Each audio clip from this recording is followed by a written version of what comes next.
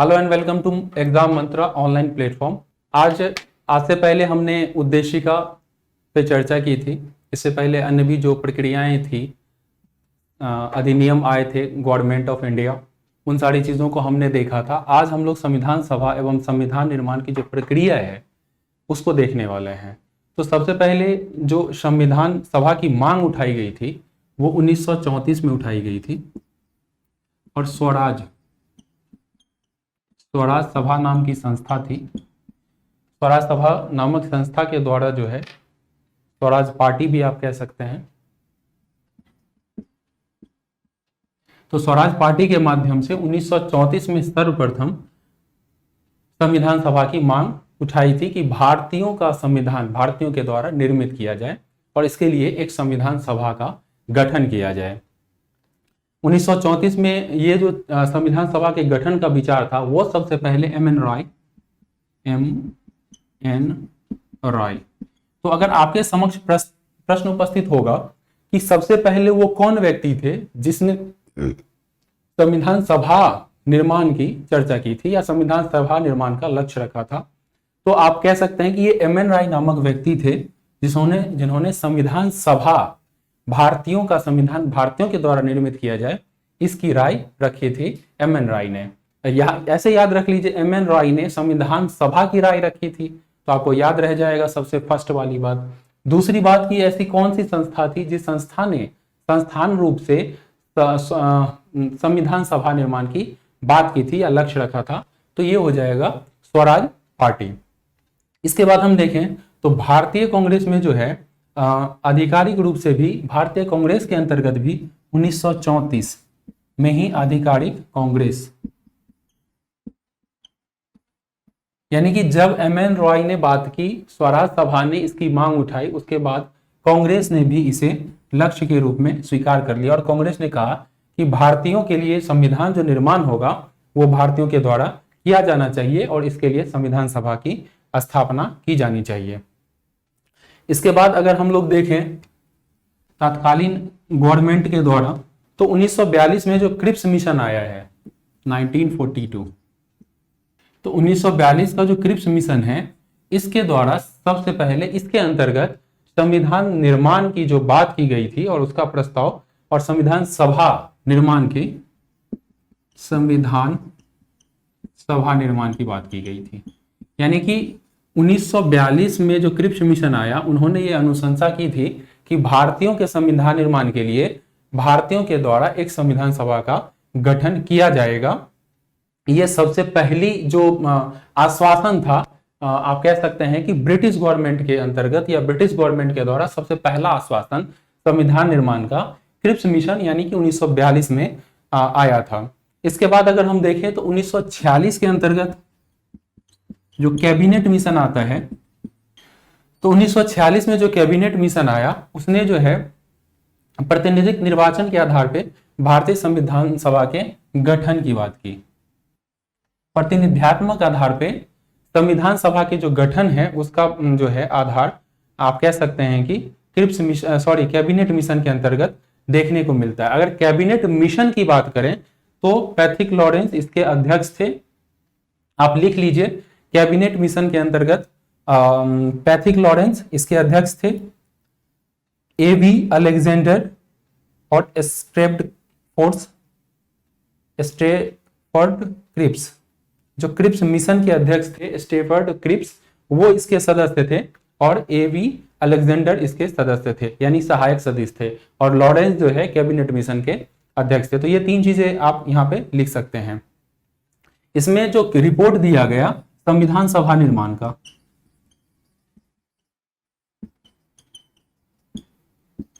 संविधान सभा का निर्माण जो है होनी चाहिए, ये इस रिपोर्ट में 1946 के कैबिनेट मिशन के रिपोर्ट के अंतर्गत ये चीजें यहाँ पे रखी गई थी। और इसमें जो है प्रांतों का प्रतिनिधित्व जनसंख्या के आधार पे होना चाहिए, जनसंख्या आधार पर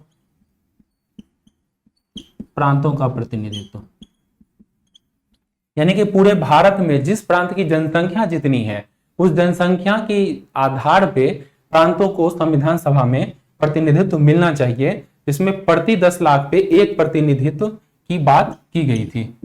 10 लाख प्रतिनिधित्व, यानी कि संविधान सभा में जो प्रतिनिधित्व की बात थी वो जनसंख्या पे आधारित थी। तो ये चीजें आपको कैबिनेट मिशन के अंतर्गत जो रिपोर्ट आई थी उसके अंतर्गत किया गया था। अब हम आपको बताना चाहते हैं कि कुछ चीजें आप यहाँ पे थोड़ी इंफॉर्मेशन है वो लिख लीजिए, हम आपको लिखवा देते हैं। संविधान सभा की जो कुल संख्या थी वो 389 थी, 389 संविधान सभा के सदस्य संख्या 389 सदस्य संख्या थी। और इसमें जो 296 सीट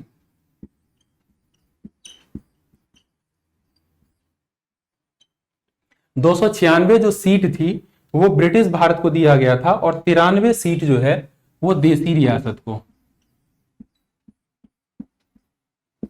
तो ये चीजें आपको जो प्राथमिक रूप से संविधान सभा के गठन की बात की गई थी उसमें 389 सीटों में 296 सीट ब्रिटिश भारत को और 93 सीट देसी रियासतों के प्रमुख को, जिसका जो है निर्धारण देसी रियासत जो थे, देसी रियासतों के जो सीटों का निर्धारण और अध्यक्ष बनेगा वो उसकी अनुशंसा के आधार पे किया जाएगा। तो ये चीजें आपको 389 सीट के अंतर्गत देखने को मिल जाता है। इसके बाद हम देखें तो संविधान सभा का जो चुनाव हुआ था 1946 में, 1946 में संविधान सभा का चुनाव संपन्न हुआ था जुलाई अगस्त माह में।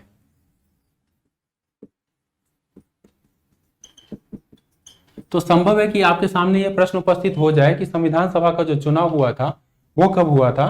तो आपको यह ध्यान रखना पड़ेगा कि 1946 में हुआ था। हालांकि ऐसे प्रश्न बनने की संभावना कम होती है, लेकिन एक चीज जो है, जो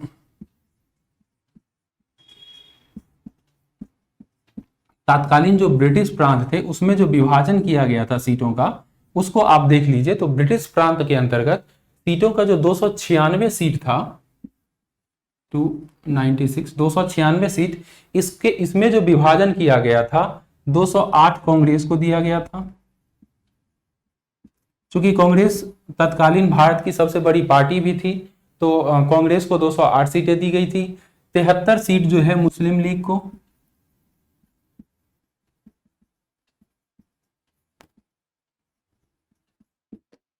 और इसके अलावा जो रेस्ट बच जाता है 15 सीट वो स्वतंत्र था।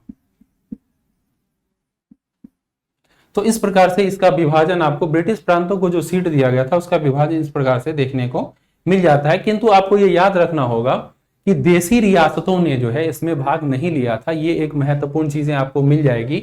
आपको कहा जा सकता है कि 1946 में जो कैबिनेट मिशन आया था उस कैबिनेट मिशन के प्लान के अंतर्गत आगे चल के जो संघ का निर्माण हुआ था उसमें संविधान सभा की जो गठन किया गया था उसमें संघ के निर्माण एवं संविधान सभा दोनों चीजों में देखें तो देसी रियासतों ने भाग नहीं लिया था। तो ये आपको यहां पे देखने की जरूरत होगी। इसके अलावा आपको यह भी प्रश्न आ सकता है कि संविधान सभा में जो सदस्य थे उसका चुनाव प्रत्यक्ष हुआ था, लेकिन आपको यह ध्यान रखना होगा कि संविधान सभा में प्रत्यक्ष चुनाव नहीं हुआ था बल्कि प्रांतों के माध्यम से यह चुनाव संपन्न कराया गया था।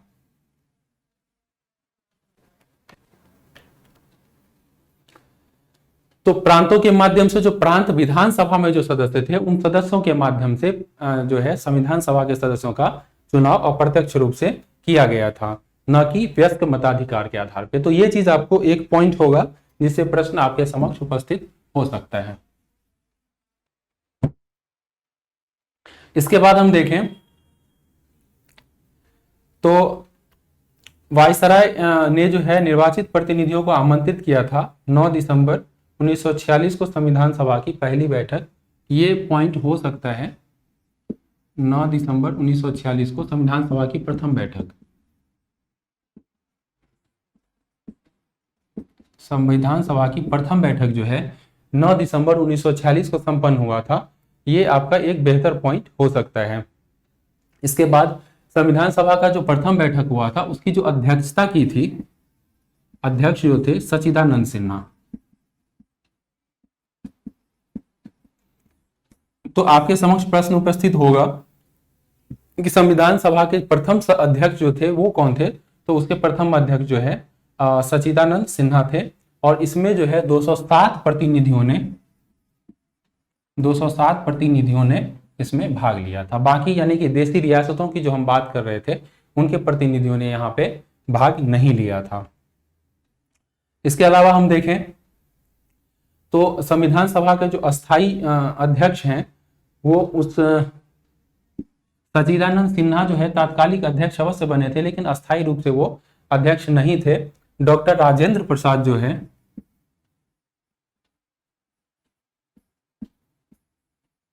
डॉक्टर राजेंद्र प्रसाद आगे चल के संविधान सभा के अस्थायी अध्यक्ष चुने गए थे।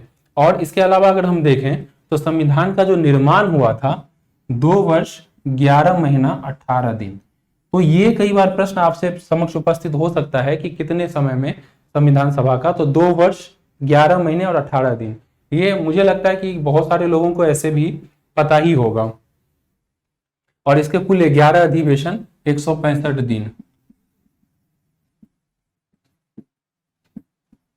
165 दिन तक चले, और इस 165 दिन में जो है संविधान का निर्माण संपन्न हुआ। इसके अलावा एक और चीज जो है 26 नवंबर 1949 को जो 11वां अधिवेशन 26 नवंबर, मैंने पहले भी इसकी चर्चा कर दी है, 1949 को इसे अंगीकृत किया गया। और इसको संपूर्ण रूप से लागू कब किया गया, तो 26 जनवरी 1950 को इसे संपूर्ण रूप से लागू कर दिया गया। और जब इसमें जो है संविधान सभा के सभी सदस्यों ने इसे स्वीकार कर लिया। इसके अलावा अगर हम देखें तो संविधान सभा का जो सलाहकार है बेनेगल राव, तो सर बेनेगल राव नामक व्यक्ति थे जो संविधान सभा के सलाहकार रहे थे। इसका अगर पूरा नाम अगर देखें तो बेनेगल नरसिंह राव जो है संविधान सभा के सलाहकार नियुक्त किए गए थे। तो इस प्रकार से ये जो इंफॉर्मेशंस हैं कुछ जिससे आपके प्रश्न बन सकते हैं, ये हो सकता है सलाहकार के रूप में प्रश्न आपके समक्ष बन सकते हैं, अध्यक्ष प्रथम अध्यक्ष बन सकते हैं, अस्थायी अध्यक्ष बन सकते हैं, कितने दिन में ये संपन्न हुआ था, अधिवेशन कितने हुए थे, ये सारी चीजें आपको इसमें कंप्लीट हो जाता है। और मुझे लगता है कि इससे बाहर इन क्षेत्रों में इंफॉर्मेशन आपसे नहीं पूछे जाएंगे।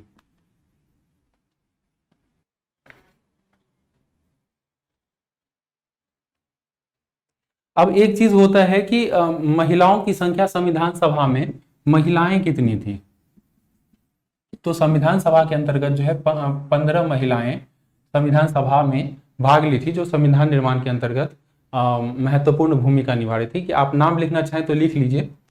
विजय लक्ष्मी पंडित, राजकुमारी अमृता कौर, सरोजिनी नायडू, सुचेता कृपलानी, लीला राय, हंसा मेहता, रेणुका रॉय आदि। ग्रेनविले ऑस्टिन नामक व्यक्ति हैं,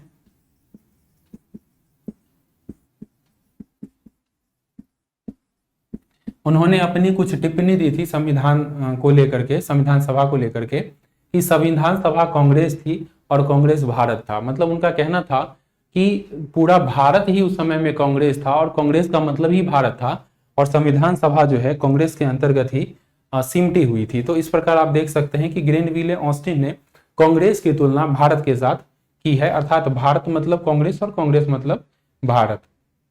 इसके अलावा हम देखें तो 2 सितंबर 1946 के अंतर्गत जो है 2 सितंबर 1946 यहां अंतरिम सरकार का गठन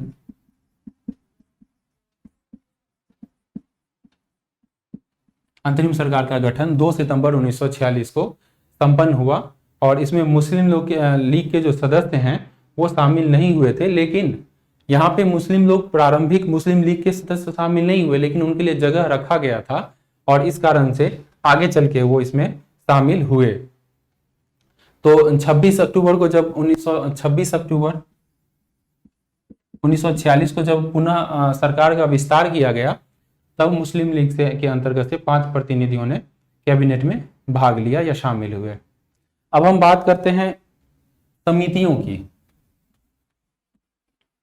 समिति से संबंधित कई बार प्रश्न हमारे समक्ष उपस्थित होते हैं, तो हम उन समितियों के विषय में चर्चा करते हैं। तो आप लिख लीजिए, सबसे पहली जो समिति थी वो संघ से संबंधित समिति थी, या संघ संविधान समिति भी आप इसको कह सकते हैं।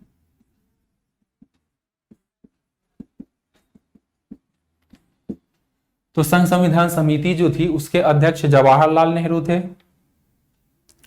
अगला है नियम समिति, इसके जो अध्यक्ष थे डॉक्टर राजेंद्र प्रसाद थे। संचालन समिति, इसके भी अध्यक्ष डॉक्टर राजेंद्र प्रसाद थे। प्रारूप समिति, इसके भी अध्यक्ष डॉक्टर भीमराव अंबेडकर थे। मौलिक अधिकार एवं अल्पसंख्यक हेतु सलाहकार समिति, इसके अध्यक्ष वल्लभ भाई पटेल थे। मौलिक अधिकार या मूल अधिकार की उप समिति, इसके अध्यक्ष जेवी कृपलानी थे। अल्पसंख्यक उप समिति एच.सी. मुखर्जी यानी हरिश्चंद्र मुखर्जी इसके अध्यक्ष थे। संघ शक्ति समिति जवाहरलाल नेहरू इसके अध्यक्ष थे। प्रांतीय संविधान समिति सरदार वल्लभ भाई पटेल। तदर्थ झंडा समिति डॉक्टर राजेंद्र प्रसाद। और झंडा समिति के अंतर्गत अन्य सदस्य अबुल कलाम आजाद, सरोजनी नायडू, सी राजगोपालाचारी, के.एम. मुंशी और बी.आर. अम्बेडकर। अब हम प्रारूप समिति की बात करते हैं। संविधान निर्माण के लिए जो प्रारूप समिति का गठन हुआ था, तो इसके अध्यक्ष डॉक्टर बी.आर. अम्बेडकर, भीमराव अंबेडकर इसके अध्यक्ष थे। लेकिन इसमें कुछ सदस्य भी थे, 7 सदस्य थे। 7 सदस्य तात्पर्य है कि एक अध्यक्ष प्लस 6 सदस्य। तो एक अध्यक्ष जो थे वो सदस्य बी.आर. अम्बेडकर थे। इसके अलावा 6 सदस्य थे।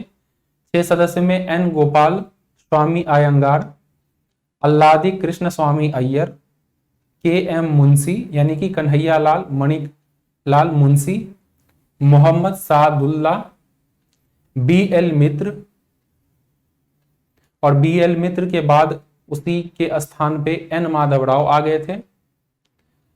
डी.पी. खेतान, और डी.पी. खेतान की मृत्यु के पश्चात टी.टी. कृष्णामचारी। अर्थात प्रारूप समिति के 7 सदस्य में अध्यक्ष और 6 जो सदस्य थे उसमें से 2 सदस्य बाद में परिवर्तित हुए थे। इसके अलावा आप देखें तो ये जो 26 जनवरी का जो दिन रखा गया था 1950, तो 1950 में 26 जनवरी को इसीलिए संविधान लागू किया गया था कि 26 जनवरी के दिन ही 1929 में रावी नदी के तट पे जो है कांग्रेस ने स्वतंत्रता का लक्ष्य रखा था। यही कारण है कि 26 जनवरी का दिन ही रखा गया संविधान को लागू करने का।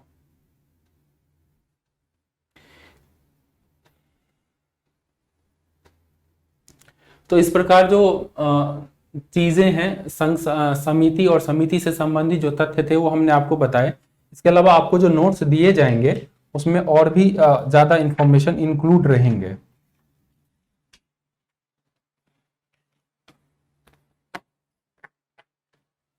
अब हम भारतीय संविधान के मुख्य स्रोत की चर्चा करते हैं। तो भारतीय संविधान के स्रोत की अगर चर्चा करें तो स्रोत 2 प्रकार के थे, आंतरिक, बाह्य।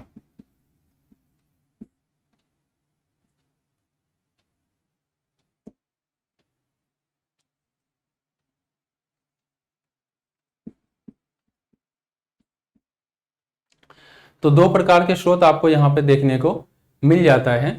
तो बाह्य स्रोत में अगर देखें, और इन दोनों को हम लोग कंबाइंड ही देख लेते हैं, आंतरिक और बाह्य। अगर आपसे प्रश्न पूछा जाए कि जो संविधान निर्माण हुआ था उसमें जो स्रोत थे वो आंतरिक थे या बाह्य थे या दोनों थे, तो आप इसको दोनों कह सकते हैं कुछ तत्व आंतरिक भी थे और कुछ तत्व बाह्य भी थे। सबसे पहले अगर हम ये देखें तो भारत शासन अधिनियम 1935 जो है, भारत शासन अधिनियम 1935, उसका एक बहुत बड़ा भाग जो है भारतीय संविधान के निर्माण में शामिल हुआ था। इसके अंतर्गत 395 अनुच्छेद जो है, आर्टिकल अनुच्छेद इसमें शामिल हुआ था। भारत शासन अधिनियम 1935 से 395 अनुच्छेद लिए गए थे। 395 अनुच्छेद में से 250 अनुच्छेद लिए गए थे, अर्थात इसके अंतर्गत 395 अनुच्छेद थे, जिसमें से 295 मतलब एक बड़ा भाग भारत शासन अधिनियम से भारत संविधान के निर्माण में लिया गया था। इसे या तो थोड़ा बहुत चेंज करके या शब्द सब, बहुत सारी चीजें शब्द सब उठाई गई थी, जबकि बहुत सारी चीजें जो है थोड़े बहुत परिवर्तन करके लिया गया था।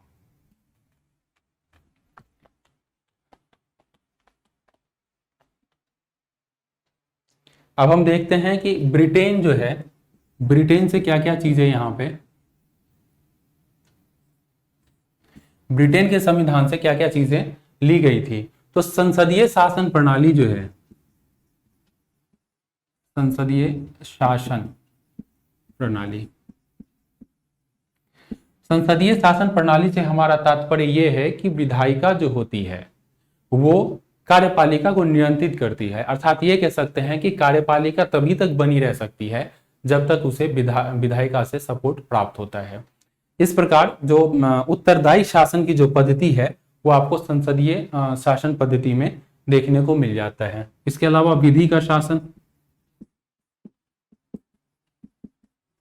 जो काफी महत्वपूर्ण तत्व है, विधि के शासन को ब्रिटेन के संविधान से अन्य जगह भी लिया गया। मंत्रिमंडलीय,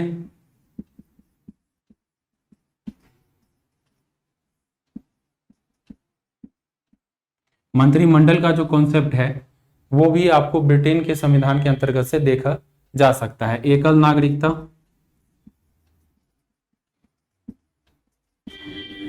भारत में नागरिकता एक ही होती है, अर्थात भारत में हर व्यक्ति भारत का नागरिक होता है, वो किसी राज्य का अलग से नागरिक नहीं होता है, राज्य का केवल निवासी होता है। तो किसी एक राज्य का निवासी भी वो उसे एक ही राज्य का निवास का जो सर्टिफिकेट है वो प्राप्त होता है। इस प्रकार जो है भारत में जो है व्यक्ति को एकल नागरिकता और एकल अधिवास की स्वीकृति प्राप्त है। इसके अलावा द्विसदनीय प्रणाली जो है, द्विसदनीय प्रणाली, ये भी आपको यहां से ब्रिटेन से प्राप्त होती दिखाई देती है।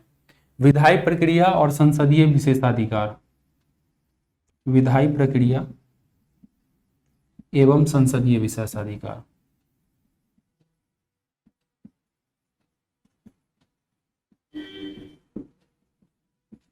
तो विधायी प्रक्रिया और संसदीय विशेषाधिकार जो चीजें हैं वो भी आपको ब्रिटेन के संविधान से देखने को मिल जाता है। तो इस प्रकार से हमने देखा कि भारत के संविधान में ब्रिटेन के संविधान का बहुत ही काफी महत्वपूर्ण तत्व लिया गया है। इसके अलावा 1935 का जो अधिनियम है वो भी ब्रिटेन के द्वारा ही पारित किया गया था, जो अर्थात भारत में ब्रिटेन से जो है बहुत ही महत्वपूर्ण चीजें और बहुत ही बड़ा भाग जो है ब्रिटिश संविधान से प्रेरित है, ये आप यहाँ पे देख सकते हैं। इसके अलावा हम देखें तो यूएसए, चूंकि भारत का क्षेत्र जो है ब्रिटेन की तरह छोटा क्षेत्र नहीं था, बहुत बड़ा क्षेत्र था, अतः इसमें ऐसी व्यवस्था चाहिए थी जो केंद्रीकृत न होकर के एक विकेंद्रीकृत प्रणाली करे और संपूर्ण भारत को एक जगह इकट्ठा करके रखे, और शासन जो है ऐसे संचालित किया जा सके कि निचले स्तर पे भी शासन का पहुंच हो, ऊंचे स्तर पे भी शासन हो। तो इस प्रकार जो है संघीय प्रणाली जो है ये आप देख सकते हैं, संघ का जो कॉन्सेप्ट है वो यहाँ से सीखा गया था। हालांकि इसमें भी कुछ परिवर्तन किया गया था, और भारत में अगर देखा जाए तो मूल रूप से संघ को जो है यूएसए से न मान करके कनाडा के संघ से माना जाता है। हालांकि संघ की जो शुरुआत है वो यूएसए से होती है, लेकिन यहाँ पे यूएसए से जो संघ है वो प्रतिकृति के रूप में नहीं लिया गया है, जबकि कनाडा का संघ यहाँ पे स्वीकृत किया देखा जाता है। तो यूएसए की अगर डायरेक्टली बात करें तो उद्देशिका का विचार,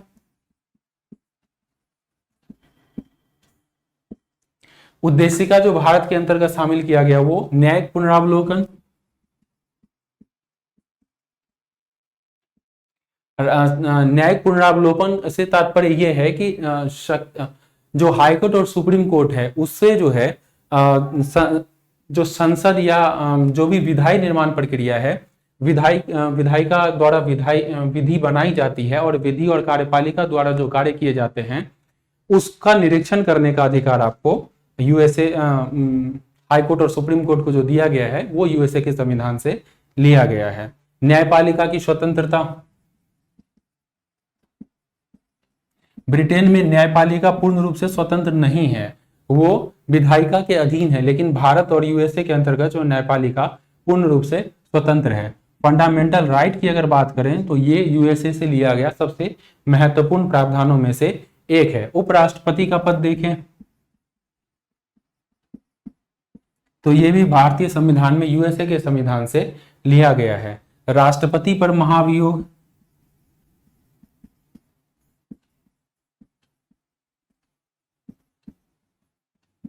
राष्ट्रपति पर जो महाभियोग लगाया जाता है उसकी प्रक्रिया भी यूएसए से प्राप्त की गई है। हाई कोर्ट और सुप्रीम कोर्ट एवं हाई कोर्ट में जो न्यायाधीश को हटाने की प्रक्रिया है वो भी यूएसए से प्रभावित है। इस प्रकार से आप देखें तो यूएसए से भी एक बड़ा भाग जो है भारतीय संविधान में लिया गया है।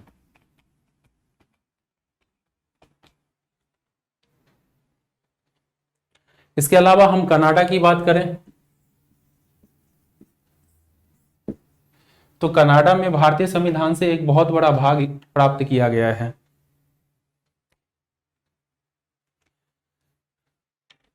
जैसे हम संघ की बात करें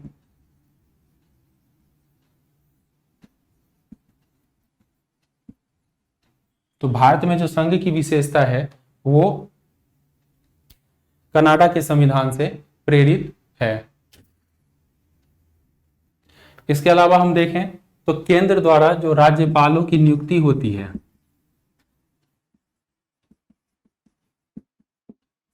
राज्यपालों की नियुक्ति जो केंद्र द्वारा की जाती है वो भी कनाडा के संविधान से प्राप्त किया गया है। शक्तियों का जो विभाजन है, शक्तियों का विभाजन हमने पहले भी चर्चा की थी कि भारत और अगर अमेरिका में देखा जाए तो अमेरिका में विधायिका, न्यायपालिका और कार्यपालिका के मध्य जो है शक्ति पूर्ण रूप से विभाजित है। ये यूएसए का कॉन्सेप्ट है। किंतु अगर भारत की बात करें तो विधायिका के अंदर कार्यपालिका होती है और न्यायपालिका बाहर होती है। और ये जो चीज है ये कनाडा से प्रेरित है, ना कि यूएसए से। तो इस प्रकार जो है ये बड़ा अंतर आपको देखने को यहाँ पे मिल जाता है। अर्थात ये कनाडा के संविधान में जो चीजें ली गई है, शक्तियों का विभाजन का कॉन्सेप्ट, वो कनाडा के संविधान से लिया गया है। इसके अलावा केंद्र के पास जो अपशिष्ट शक्तियां हैं, केंद्र के पास अपशिष्ट शक्तियां,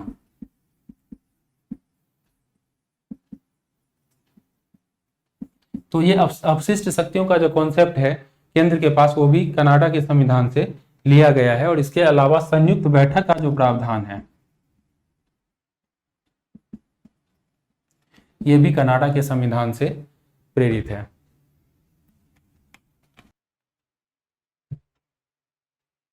अब आयरलैंड के संविधान की बात करें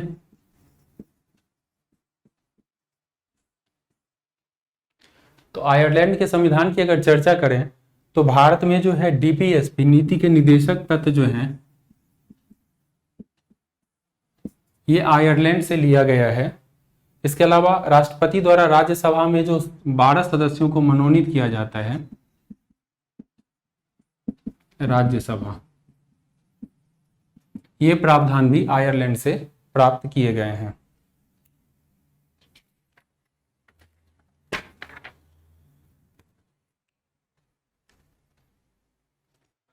अब कुछ चर्चा हम दक्षिण अफ्रीका के संविधान से करते हैं। तो भारत का जो संविधान दक्षिण अफ्रीका से भी प्रभावित है। इसके अंतर्गत संविधान संशोधन,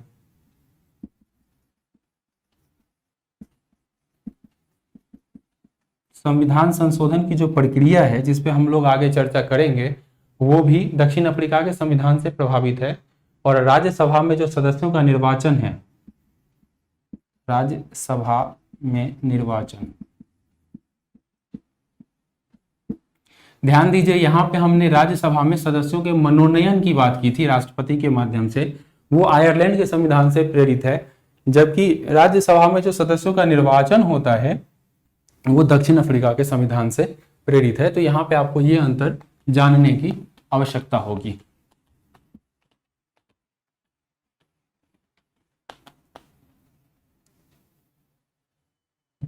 आगे हम ऑस्ट्रेलिया की बात करें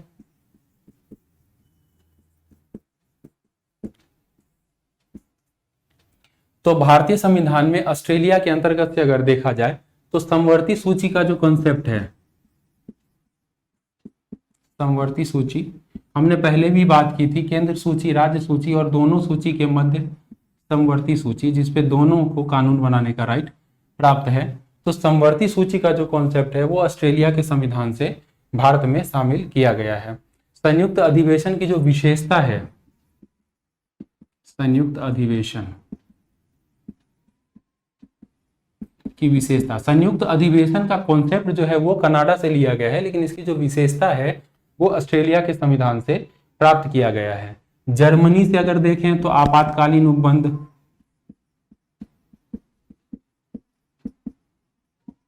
आपातकाल का जो उपबंध है वो जर्मनी के वाइमर संविधान से प्रेरित है।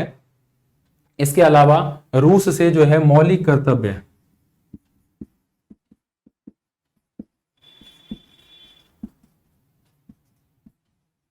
मौलिक कर्तव्यों का सिद्धांत रूस के संविधान से प्रेरित है।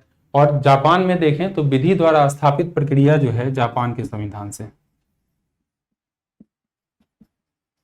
विधि द्वारा, तो विधि द्वारा जो स्थापित प्रक्रिया है वो आपको जापान के संविधान से भारत के संविधान के अंतर्गत लिया गया है। तो ये मूल मोटा मोटी बातें थी जो भारतीय संविधान के अंतर्गत लिया गया था। इस प्रकार भारत के संविधान में विश्व के विभिन्न संविधानों से प्रावधान लिए गए हैं या स्वीकार किए गए हैं। आइए हम लोग कुछ अनुसूचियों की बात करें, अनुसूची और उसके विषय के बारे में।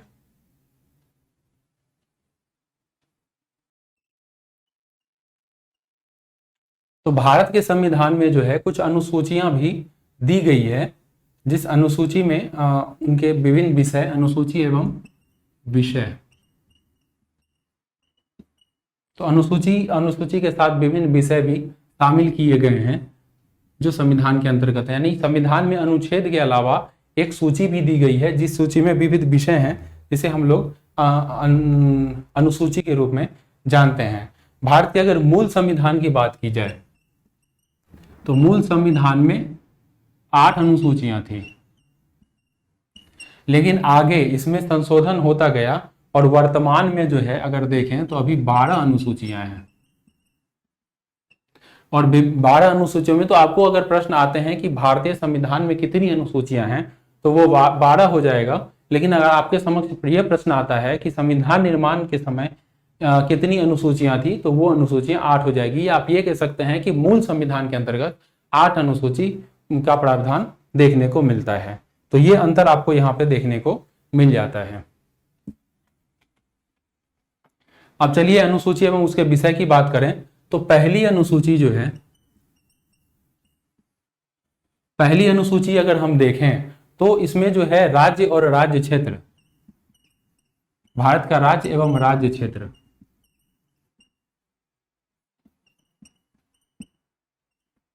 तो राज्य और राज्य क्षेत्र में क्या अंतर है ये आप देखेंगे तो आप इसको ऐसे बना सकते हैं, ये राज्य हो गया और ये राज्य क्षेत्र या यूटीज।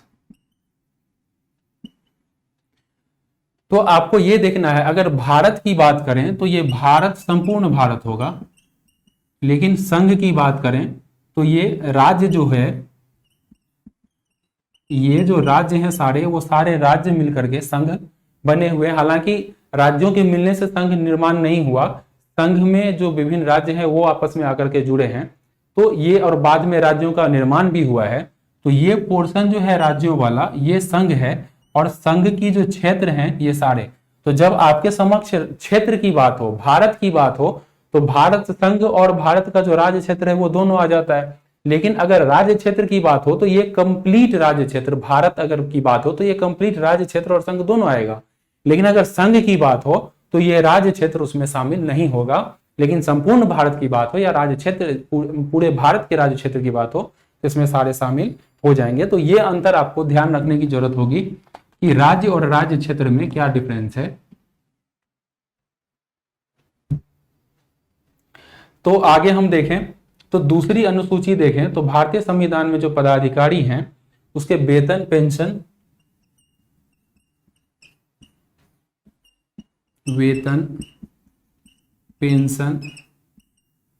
अन्य जो लाभ प्राप्त होते हैं, जो संवैधानिक पद पे जो भी व्यक्ति हैं उसके लिए जो वेतन और पेंशन का प्रावधान किया गया है, वो सारी चीजें या अन्य जो सुविधाएं हैं, आर्थिक सुविधाएं, उनका विवरण दूसरी अनुसूची में दिया गया है। तीसरी अनुसूची में अगर देखें तो शपथ, तो भारत में जो संवैधानिक पद है, संवैधानिक पद पे बैठने वाले लोगों के लिए जो शपथ का प्रारूप है वो यहाँ पे देखने को मिल जाता है तीसरी अनुसूची के अंतर्गत। जो चतुर्थ अनुसूची है, जो चौथी अनुसूची है, उसकी अगर बात करें तो भारत के राज्य और संघ क्षेत्र के साथ जो है राज्यसभा में जो प्रतिनिधित्व है वो बात राज्यसभा में प्रतिनिधित्व।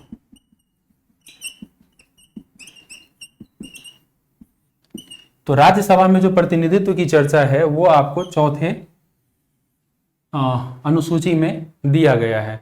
तो इस प्रकार से हमने 4 अनुसूचियां देखी, राज्य एवं राज्य क्षेत्र पहली, वेतन, पेंशन आदि जो दूसरी अनुसूची, तीसरी अनुसूची में शपथ एवं प्रतिज्ञान, चौथी अनुसूची में राज्यसभा का प्रतिनिधित्व, पांचवी अनुसूची में अगर बात करें तो अनुसूची क्षेत्र और अनुसूचित जनजाति,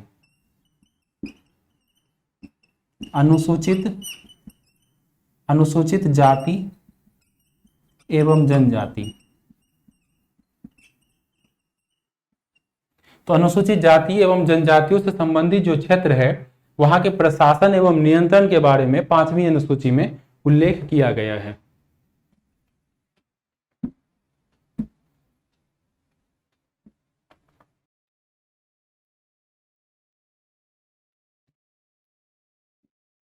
तो इस प्रकार हमने 5 अनुसूची देखी। अब छठी अनुसूची में अगर देखें तो असम, मेघालय, त्रिपुरा और मिजोरम। तो असम, मेघालय, त्रिपुरा और मिजोरम ये जो 4 नॉर्थ ईस्ट के क्षेत्र हैं उसमें जो जनजातीय क्षेत्र हैं उसके प्रशासन के बारे में उपबंध किया गया है। 7वीं अनुसूची अगर देखें तो विषयों का विभाजन, संघ सूची, राज्य सूची, समवर्ती सूची के विषय इसमें आपको देखने को मिल जाता है। 8वीं अनुसूची की अगर चर्चा करें तो भाषा, भारत में जो भाषा है उसमें कुछ भाषाओं को जो है 8वीं अनुसूची के अंतर्गत, जिसे 22 भाषा, इसमें 22 भाषा है। मूल संविधान में 14 भाषाएं थी, लेकिन वर्तमान में जो है 22 भाषाओं को इसमें शामिल किया गया है। तो 8वीं अनुसूची के अंतर्गत जो मान्यता प्रदान किया गया है ये आपको 22 भाषा वर्तमान में इसमें देखने को मिल जाता है। तो ये सारी चीजें, इसके अलावा अगर हम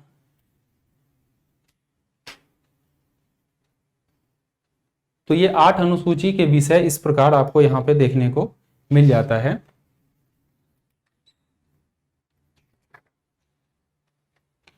नौवीं अनुसूची की बात करें तो 9वीं अनुसूची में कुछ विधियां हैं,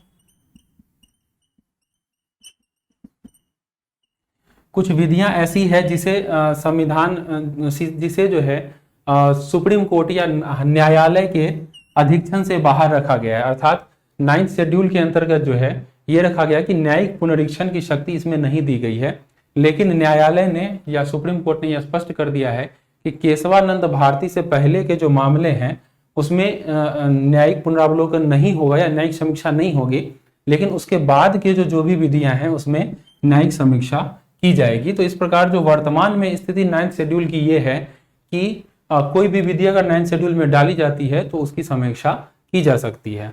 10वीं अनुसूची,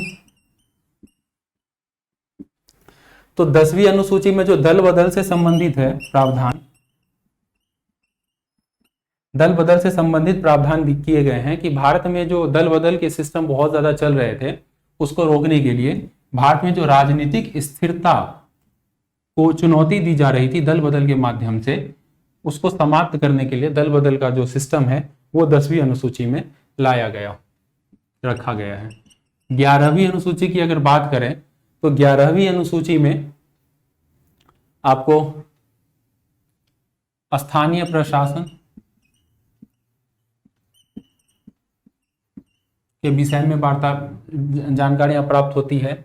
वहीं 12वीं अनुसूची की अगर बात करें तो इसमें ये ग्रामीण स्थानीय ग्रामीण प्रशासन जो 73वां संविधान संशोधन के अंतर्गत आपको देखने को मिलता है वो यहाँ देखने को मिल जाता है। लेकिन यहाँ स्थानीय स्वशासन की अगर बात करें तो नगरीय प्रशासन के विषय में यहाँ पे जो 74वां संविधान संशोधन है उसके प्रावधान यहाँ पे आपको देखने को मिल जाता है।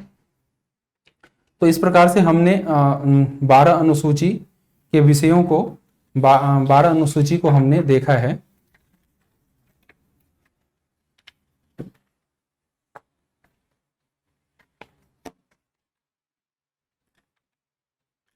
तो इस प्रकार आज जो कक्षा थी उसमें हमने संविधान निर्माण की प्रक्रिया, संविधान सभा, संविधान के जो सदस्य, संविधान सभा के सदस्य, समितियां, उस पर चर्चा की। इसके अलावा हमने भारत के संविधान के निर्माण में किन किन क्षेत्रों से या किन किन राज्यों से या किन किन देश से जो प्रावधान संविधान से प्रावधान लिए गए हैं उसकी जानकारी हमने प्राप्त की। और अंत में हमने संविधान में जो अनुसूचियां हैं 12 अनुसूची और उसके अंतर्गत क्या क्या विषय हैं उसके विषय में चर्चा की। तो आज के लिए इतना ही, बहुत बहुत धन्यवाद।